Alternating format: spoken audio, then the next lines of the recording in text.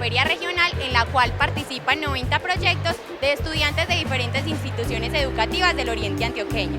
Haremos un recorrido por esta y conoceremos más a fondo de qué se trata. Encuentro con Wilmer Alzate, estudiante de la Institución Educativa Técnico Industrial del Carmen de Viboral, que nos va a contar acerca de su proyecto. Bueno, pues como usted lo dice, mi nombre es Wilmer y soy estudiante del área técnica en la especialidad de electricidad y nuestro proyecto es un auto solar. Nuestro proyecto estamos participando pues en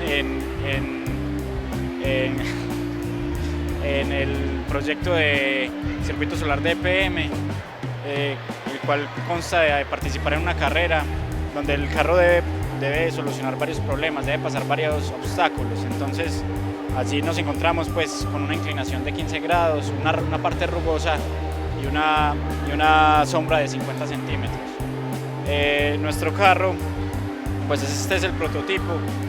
Nuestro carro, en el momento del desarrollo, nuestra pregunta base era cómo potenciar la velocidad desde la parte eléctrica y mecánica, pero vimos que esta parte no era tan esencial y que nuestro principal problema era la sombra, ya que cuando el panel dejaba de recibir radiación, de una se nos quedaba quieto. Entonces, por ese motivo decidimos hacer un banco de condensadores.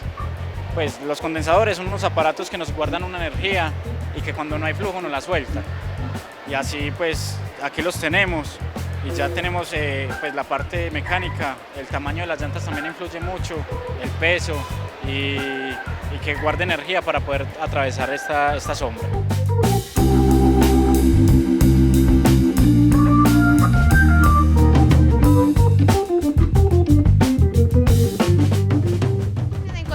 Con John Freddy de la institución educativa Presbítero Jesús Antonio Gómez del Santuario. John Freddy, cuéntanos acerca de tu proyecto. Bueno, nuestro proyecto se llama Atonatium Car. ¿En qué consiste? Nuestro proyecto consiste en crear un carrito solar que cumpla con las condiciones óptimas que propone la carrera solar de EPM. Nuestro proyecto, nosotros tenemos una pregunta de investigación que se llama ¿cuál es la máxima relación entre el voltaje de un panel y los faradios de un condensador? Como pueden ver, para construir nuestro carrito tenemos un material de fibra de vidrio. Como aquí tenemos un prototipo de condensadores que nosotros mismos los estamos fabricando.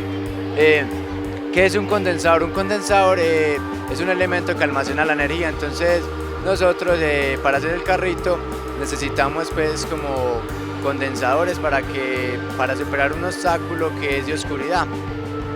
Nosotros agradecemos a John Freddy y a todo su grupo y continuamos mirando muchos proyectos que tienen para enseñarnos todos los estudiantes.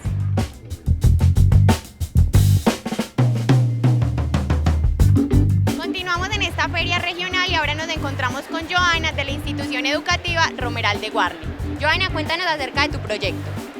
Claro, nuestro proyecto se trata de un filtro de agua con paso vetiver. Esto se trata de hacer un filtro con el pasto, llevarlo a cabo en nuestra institución y en nuestra vereda. El pasto vetiver contiene, que es muy económico, se encuentra en cualquier vivero, elimina los metales pesados. En los antepasados de nuestros abuelos, este pasto era sembrado en partes humedales cuando todavía no estaba establecido las aguas potables, ¿cierto? Bueno, de acuerdo a esto, nosotros indagamos con nuestro docente Jason Pavón, indagamos en distintas páginas de internet como PDF, en universidades extranjeras y otras páginas, en la cual concluimos con que el pasto vetiver era muy compatible con el medio ambiente. Y también era muy utilizado en esas universidades como lo son la Bolivariana, las universidades de México y otras así, para ser utilizado en otros proyectos, no solo en filtros de agua, sino como esta planta también sirve como para curaciones, para enfermedades como lo es el cáncer también sirve para la anemia. Y también se ha hecho en cremas. Bueno, nosotros creamos un filtro filtro casero, lo cual estaba compuesto por algodón, por carbón, estaba compuesto también por grava y por arena. Las funciones de cada uno de esos elementos eran, la función del algodón era eliminar las partículas pequeñas, la función del carbón era eliminar olores y sabores, la función de la grava y de la arena era eliminar las partículas mayores.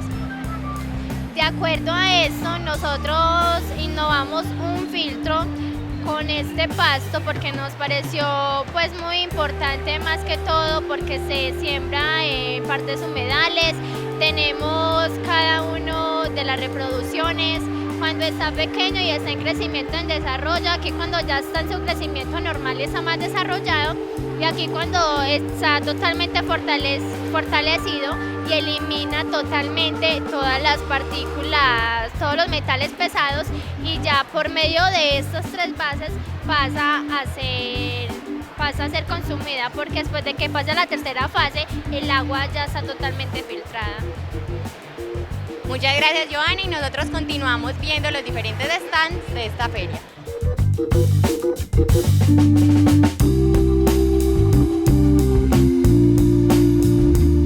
Ahora nos encontramos con Emanuel de la Institución Educativa Santa María del Carmen de Viboral. Emanuel, cuéntanos sobre tu proyecto. Bueno, muy buenos días. Soy estudiante de la Institución Educativa Santa María. Mi proyecto se llama Destellos fugaces de una onda espacial. Bueno, ¿en qué consiste este proyecto? Según la ley de Maxwell, dice que las ondas viajan por el espacio y que generan un campo electromagnético. Bueno, pues en cierta parte pues tiene razón, pero hay un vacío, es como la comprobación experimental de esto. Entonces es por ello que en 1884 el científico, el físico alemán Heinrich Hertz ideó un mecanismo como este. Por aquí tengo una foto, por ejemplo, en la que se explica lo que hizo. Es lo que tomó dos bolas de cobre, las puso a cada lado, a cada extremo de las varillas, y lo que hizo fue acelerar partículas eléctricamente cargadas, lo que permitió en mi experimento, por ejemplo, el encender de este bombillito, este pequeño bombillo. Son ondas electromagnéticas, lo que estamos viendo aquí. Las ondas electromagnéticas son aquellas ondas las cuales no necesitan un medio material para su propagación. Como bien sabemos, las ondas en el vacío se desplazan a una velocidad de 300.000 kilómetros por segundo. ¿Y esto por qué sucede? Lo que pasa aquí es que cuando hay una carga eléctrica en el vacío y está en reposo, a su alrededor se genera un campo eléctrico. Si esa carga, en vez de estar en reposo, está en movimiento, se genera un campo magnético. Y si ese movimiento no es constante, sino que es acelerado, se genera una radiación electromagnética. Ejemplos de radiación tenemos lo que es la radiación del sol, las ondas microondas, entre otras. Entonces, esta es prácticamente la explicación del proyecto. Ahora bien, no nos podemos quedar hasta ahí. Preguntémonos, por ejemplo, ¿por qué la luz es de diferentes colores? ¿Por qué la luz? Hay tipos de luz, por ejemplo, la luz visible, ultravioleta, gamma, infrarroja. Eso se debe a la frecuencia de onda que se emite. Y a eso se le denomina el espectro electromagnético. Como vemos ahí, dependiendo de la frecuencia, tiene un color, tiene una frecuencia y una longitud de onda característica. Bueno, ya pasando a la aplicación y la utilidad, ¿qué podemos concluir de aquí? Por ejemplo, ¿de qué nos sirve esto aparte de comprobar una ley? Por ejemplo, si yo en este momento, si alguno de nosotros llegara a sufrir una quebradura, no sé, una ruptura, digamos, interna, no sé, ¿cómo podríamos darnos cuenta de eso? ¿Qué hueso nos desencajamos? En fin, ¿mediante qué? Una radiografía. Esa radiografía necesita rayos X, necesita ondas electromagnéticas. Entonces, de esta manera podemos implementar, le damos una aplicación a esto. La internet, la televisión, los medios masivos, todo esto es a través de ondas. En mi opinión, las ondas electromagnéticas son importantísimas, vivimos en un mundo de ondas y creo que no debemos perder la fascinación y el asombro ante este bello misterio. Listo, muchas gracias Emanuel y nosotros continuamos recorriendo los stands. DM, contando historias.